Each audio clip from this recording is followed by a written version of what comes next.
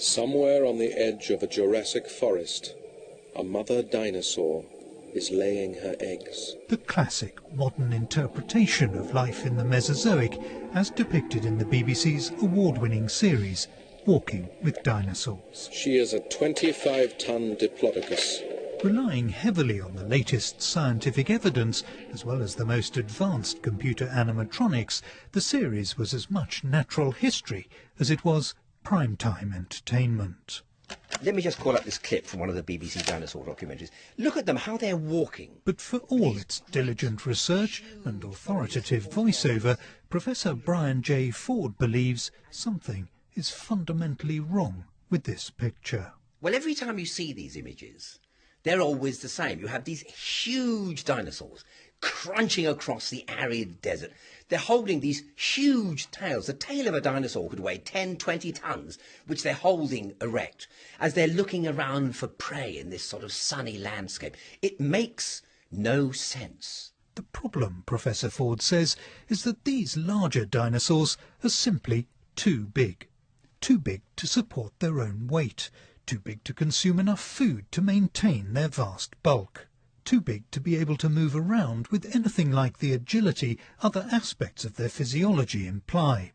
Unless, that is, all that bulk is somehow supported. Just imagine that the landscape was flooded with water. Now it suddenly makes sense. His huge tail is buoyant. It's floating in the water. It doesn't cause any energy drain. If he waves it, then it's going to help him swim. It becomes a swimming aid.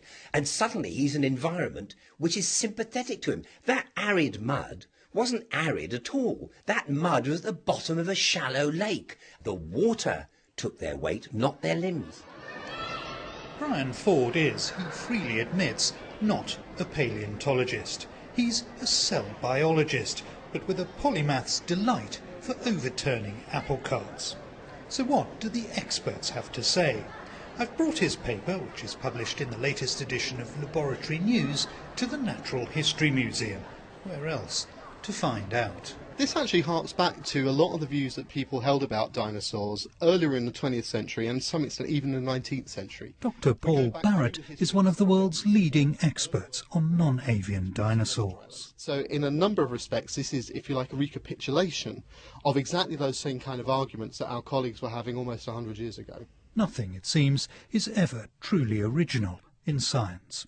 And sadly, that's about as far as Dr. Barrett's willing to go in endorsing Brian Ford's new aquatic dinosaur theory.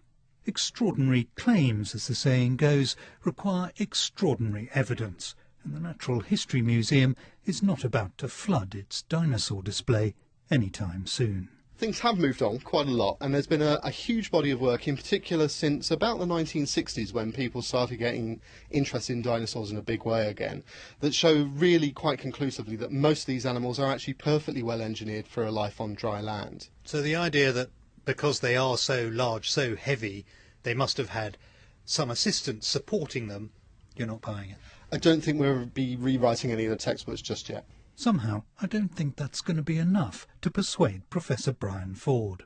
As another famous scientific dissenter, Galileo was reported to have muttered under his breath when forced to deny that the Earth revolved around the Sun, "Eppur si muove," and yet it moved.